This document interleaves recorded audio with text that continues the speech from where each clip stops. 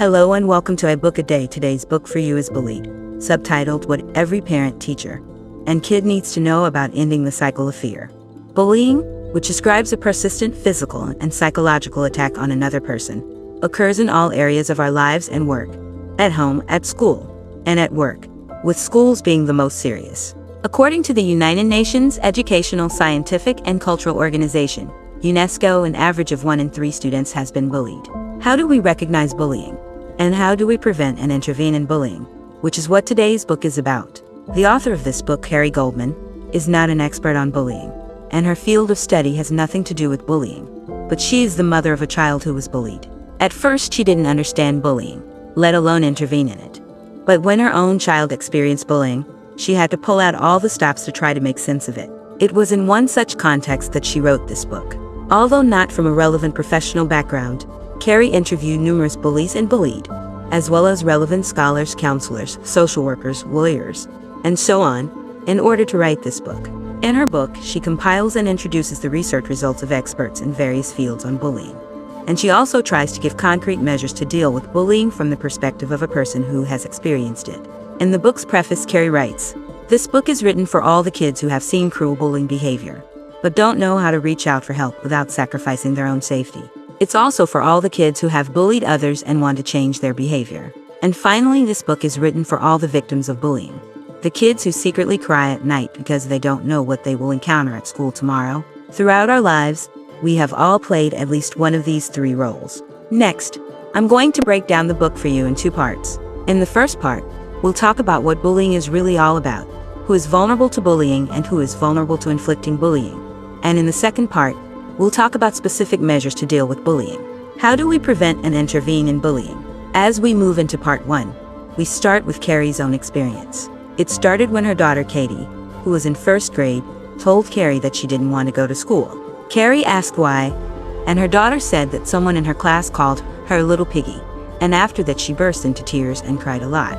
Carrie called her daughter's teacher, also went to school, and said her daughter is a piggy. A few male classmates communicated. Things seemed to be resolved. But one day not long after that, her daughter suddenly said she didn't want to bring the water bottle she had been carrying to school because someone in her class had made fun of it. More and more things like this happened, not too small but not too big. But the daughter became more and more vulnerable in the process. Carrie did some reading to try to define what exactly this was considered a thing, and it quickly dawned on her that these things could actually qualify as bullying. There are 3 elements involved. 1, the statements that are directed at her daughter are negative, and something she does not want to accept. 2, the statements happen over and over again. And 3, the initiator of the statements is significantly more powerful than Katie and constitutes oppression. While the bullying that her daughter is facing at the moment is fairly mild, it is not without the potential to develop into a serious, prolonged ordeal.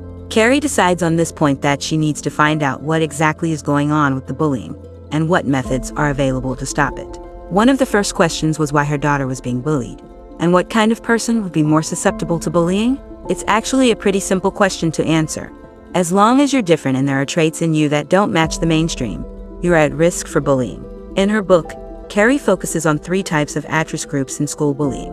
First, girls are more likely to be bullied than boys, especially those who aren't slim or don't have traditionally feminine traits. We usually think that gender boundaries are not that clear for young children, but in reality we are molded by mainstream gender concepts almost from birth.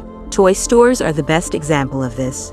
Many toy stores are clearly divided into boys and girls sections, with boys' toys focusing on energy, heroes, and strength, and girls' toys focusing on beauty, cuteness, and colorfulness. And these concepts invisibly enter our minds and become part of our gender identity. And sometimes gender stereotypes, such as the ridicule and condemnation of girls who play with so-called boys' toys. If this is true for girls, how much more so for boys? The second group at risk for bullying that Carrie talks about in her book are precisely those boys who have girlish tendencies.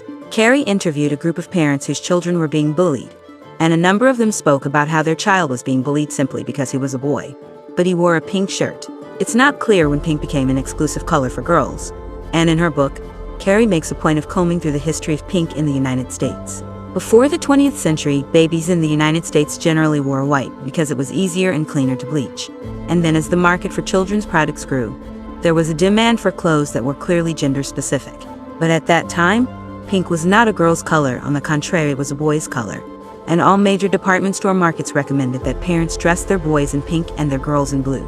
If you go to the classic movies of that period, you will see that boys wore pink and girls wore blue. By the 1980s, things had switched around again, and pink began to be felt as a feminine color and blue as a masculine color.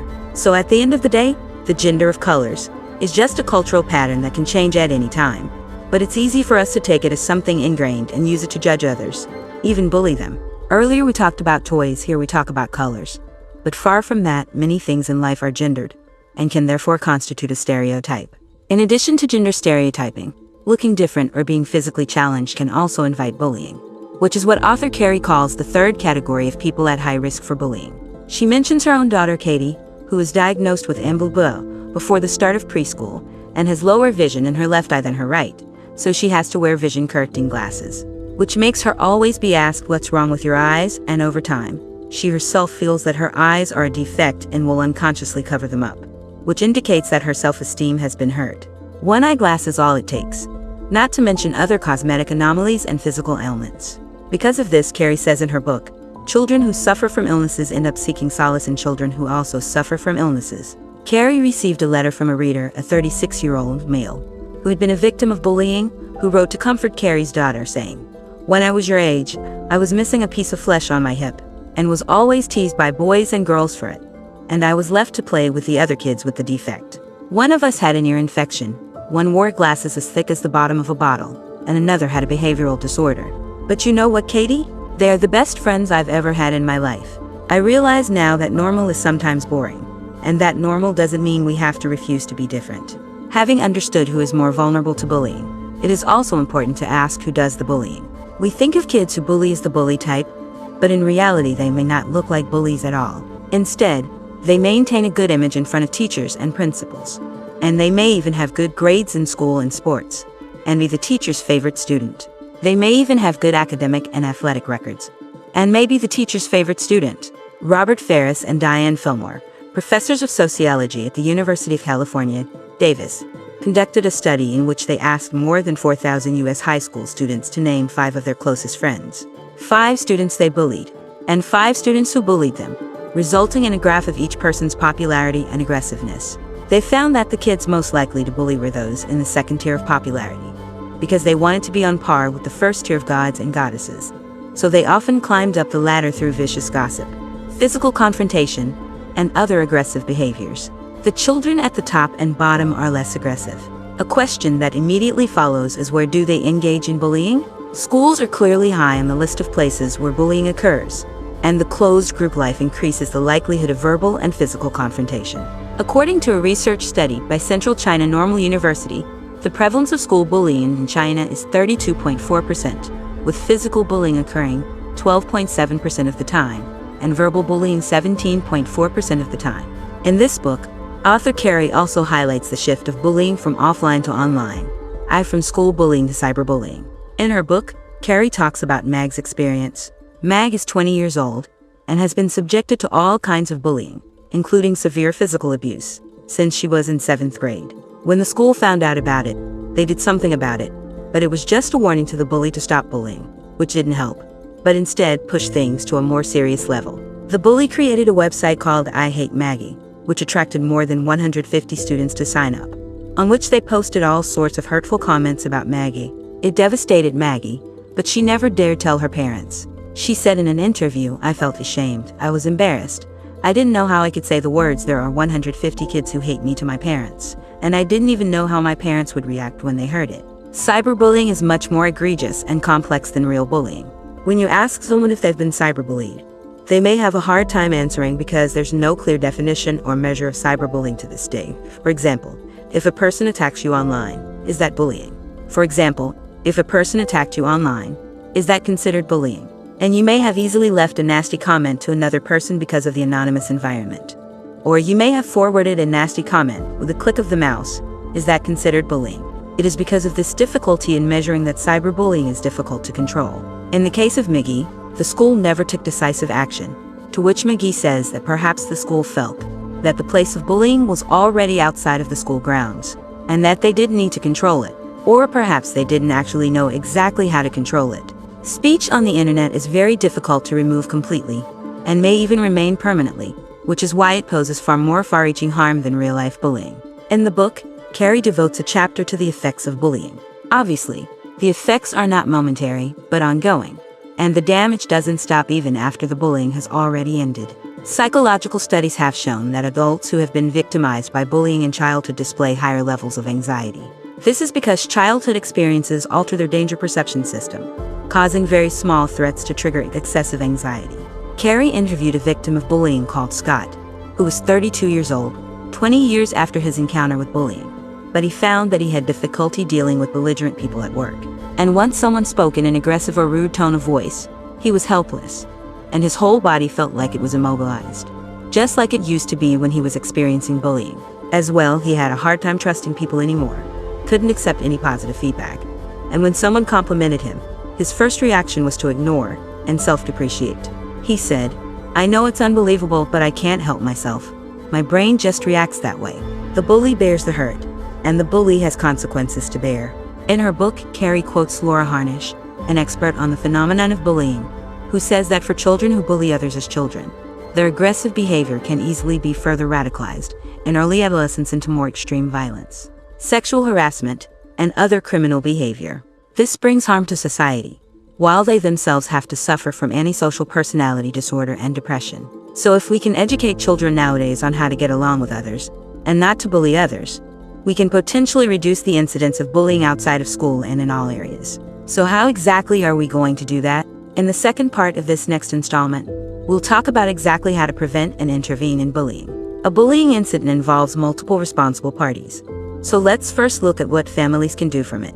There may be a number of initiatives in our minds on how parents have to protect their children, but what Carrie specifically reminds us of in her book is that the first thing parents have to do is not really to protect, but to differentiate between the kind of harm their child has suffered and whether he or she is faced with normal playfulness or bullying.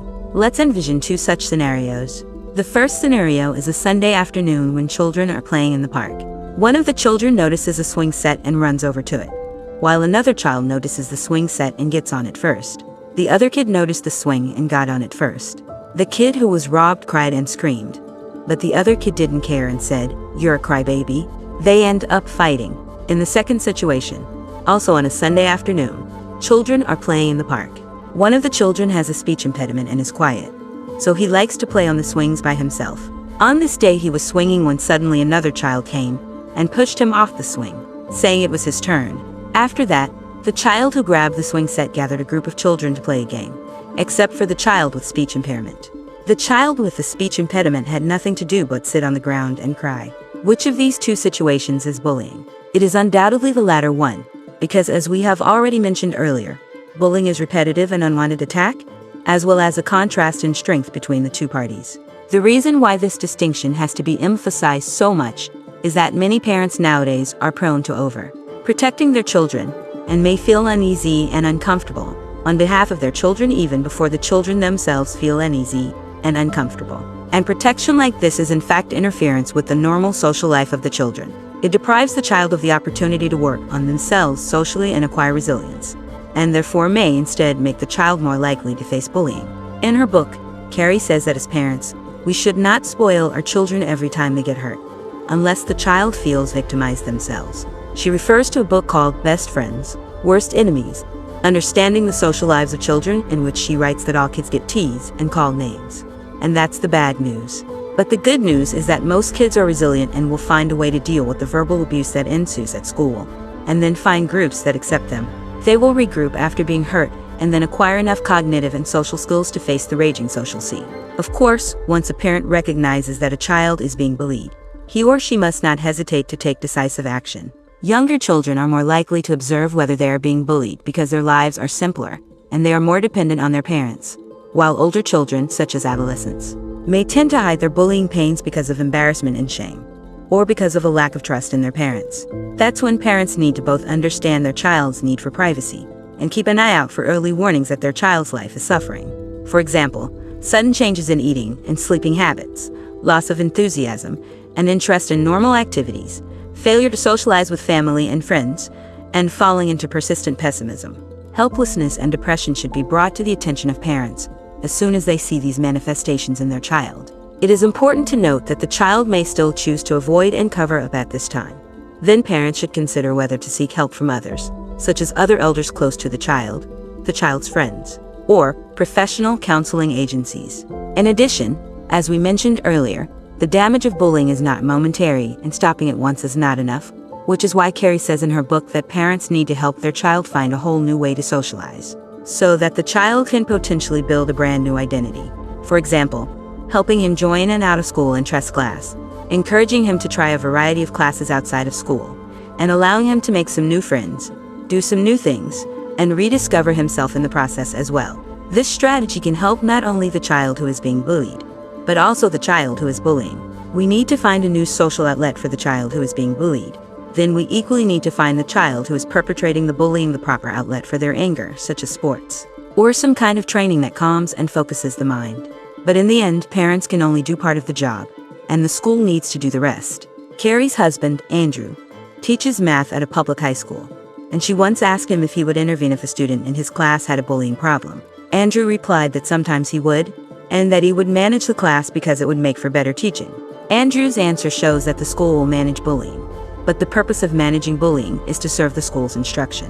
In her book, Carrie says that what is behind bullying is not a teaching about morality and society, which should have the same place as the teaching of subject knowledge. A good teacher should not just be a teacher who will teach good lessons, but also a teacher who will be attentive to the daily life of each student and be ready to guide, intervene, and protect him or her. This is crucial, as studies have shown that bullying occurs more often in substitute teachers' classrooms due to the lack of communication and interaction between the substitute teacher and the student. If every teacher can always pay attention to communication and exchange with students, and build a trusting relationship with them, this must be more effective than posting anti-bullying signs and holding anti-bullying presentations in schools. Then there are some sanctions and punitive measures that schools can't avoid in the matter of intervening and stopping bullying behavior, such as public treatment, suspension, expulsion, etc., for bullies. But Carrie mentions in her book that these external punishments can't change a child's way of thinking, and without changing the way of thinking, it's unlikely that the behavior will actually change. But changing one's way of thinking really isn't an easy task. It requires a deeper understanding of our inner ideas about self and others. Carrie therefore introduces the method of restorative justice in her book. Simply put, restorative justice has nothing to do with punishment or rules, but more to do with values and relationships, and tends not to let a third party make the decision but to let the two parties involved make the decision to try to repair the relationship and restore dignity. It tends to let the two parties involved make decisions instead of a third party, in an attempt to repair the relationship and restore dignity. This approach was originally used in criminal cases, and it has been very effective in preventing juvenile delinquency and reducing the recidivism rate of juvenile delinquents. It is now also being used in schools to repair bullying relationships. Let's get specific with a case study. There are two third-grade boys. A is not very social and used to be bullied by B's older brother, and in order to get revenge, he has been bullying B after a serious bullying incident. B's parents call the police. A is arrested, and the police and the school offer to try to get restorative justice, which is accepted by both parties. The facilitator at this point invited A and A's mother, B and B's father, and the two mediators, who had no connection to the parties, to sit down together. He started by having A and B introduce themselves, not talking about bullying, but simply about themselves, whereupon A and B talked about their favorite sports, foods, and so on. After one or two rounds of this kind of communication to achieve a certain level of understanding, the group began to discuss the bullying incident, with the bully speaking first and everyone being able to ask questions about him or her, before handing over to the bully to tell the story, and everyone else being able to ask questions about him or her in the same way. During the process, the facilitator will emphasize that everyone stays in communication rather than rushing to rebut. Finally, it is then up to all of them to work together to come up with a plan to fix the mistake. The purpose of this plan is not to punish, but to remake a person, to allow the bully to regain self-esteem and a sense of security, and to allow the bully to recognize his or her own behavior and prevent it from worsening. But restorative justice is not for everyone. Before proceeding with the restorative justice process, the victim has to be carefully observed to see if he's ready to face the perpetrator. As well, the facilitator must take the time to communicate with the perpetrator in advance, to confirm the perpetrator's knowledge of his or her own behavior, as restorative justice cannot take place if the perpetrator consistently avoids or refuses to acknowledge his or her own wrongdoing. In short, Restorative justice can only be carried out if it is ensured that the perpetrator will not cause secondary victimization to the victim. In addition, Carrie specifically mentions in her book that not only do schools have to protect the bullied and stop the bullies, but they also have the important task of mobilizing bystanders and turning them into witnesses and allies. In fact, a bullying incident consists of at least 3 parties: the bully, the bullied, and the bystanders. The presence of bystanders can sometimes radicalize the bully by making him feel that his behavior is acceptable, or even that his behavior is entertaining to the public. Some studies have shown that the size of the bystanders is closely related to how long the bullying lasts. The more people watching, the longer the bullying lasts.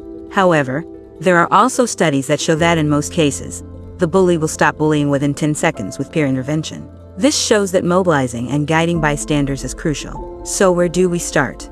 We are not trying to guide bystanders to see an incident of bullying and go straight to intervene, which is likely to result in a failure to intervene, and in turn becoming another bully themselves. The best intervention is to tell more people about the incident, especially teachers, parents, and other adults.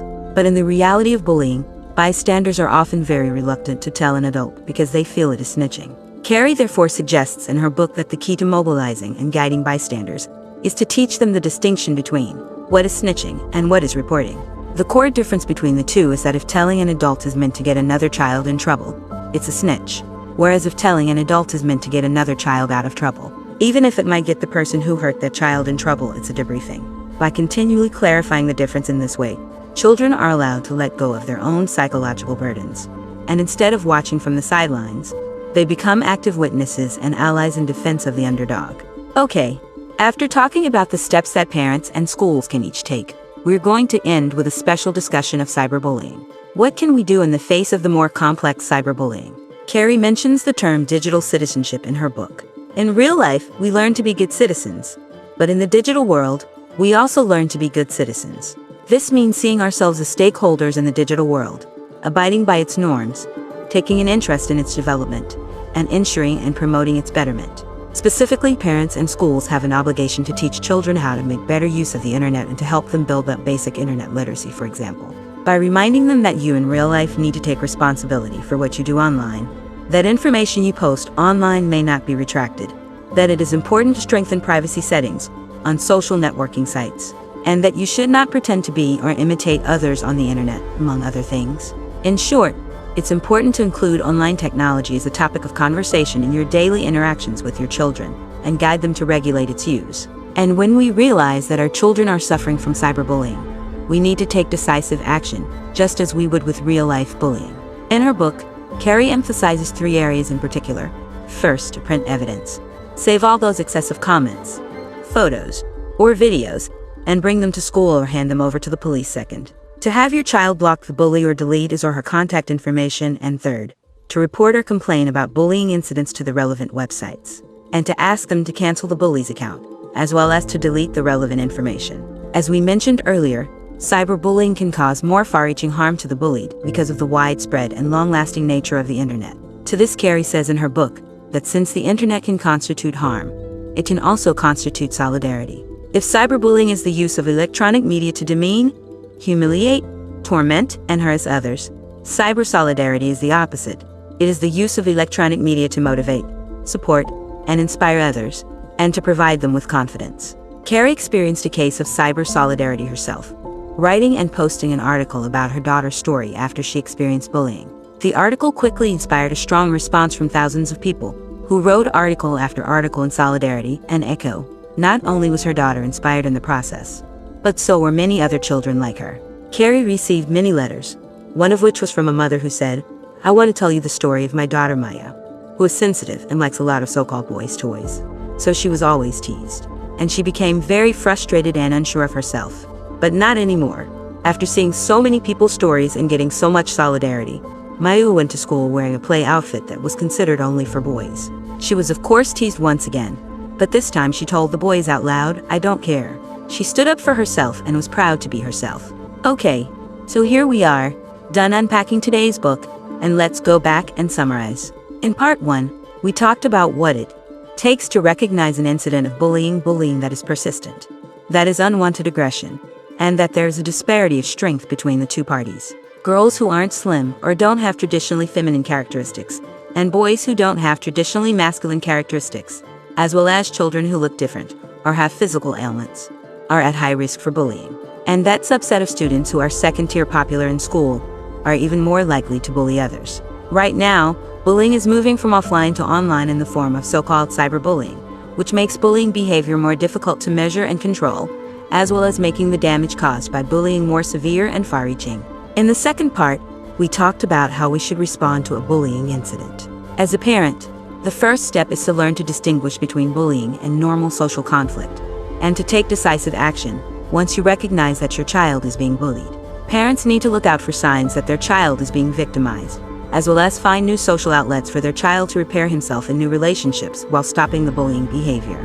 As for the school, it is important to put bullying education on an equal footing with subject matter education.